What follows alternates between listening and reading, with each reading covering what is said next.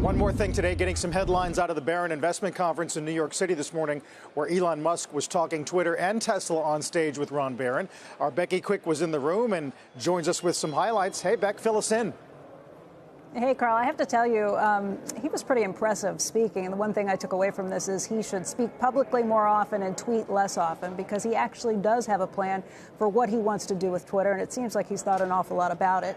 Now, he addressed very head on some of the big pressures that they're facing right now with Twitter. He said that even before this company was the acquisition came about, this company was facing some serious problems. We know that ad spending online has gone down everywhere. Twitter is very reliant on big companies and less so on direct from consumer or to consumer messages, and that's an area that's taken a pretty significant hit. He said if you look beyond that, they've tried pretty hard since he took over just in the last week or so to make sure that it's clear that the content moderation policy has not changed. He said it's not okay to engage in hateful conduct on Twitter.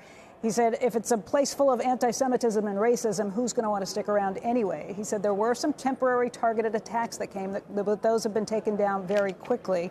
So he said that this is an issue that they are dealing with, but he also said that this is a major concern right now. He said they are seeing a slowdown in ads from big companies. He said that this was because of activist groups that are kind of pressuring big companies right now not to advertise since his takeover. He said if they're trying to suppress free speech, that doesn't seem right, of course. Free speech doesn't mean paid for or paid, that the protected speech will be paid for, and that's going to be the issue they run into. But he does have some serious plans about what to do with this. He spoke about the $8 a month fee for a verified Twitter account, and it actually made sense to me. You know, there's been so much talk about this, but he was able to lay it out in a way that does make sense. He said the point here is to make sure that crime does not pay. He said to create a bot right now, it only costs about a penny.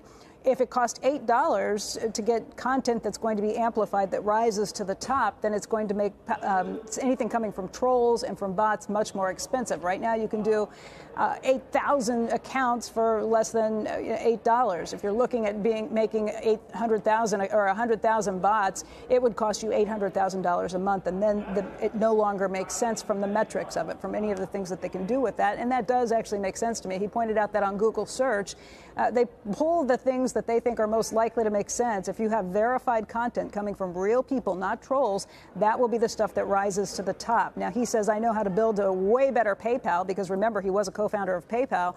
He said they're going to execute on a plan he basically wrote 22 years ago, back in 2000, and then make some improvements on that. But I have to tell you, Carl, when you listen to him in person, he makes a lot of sense, and he was very thoughtful today in his comments here.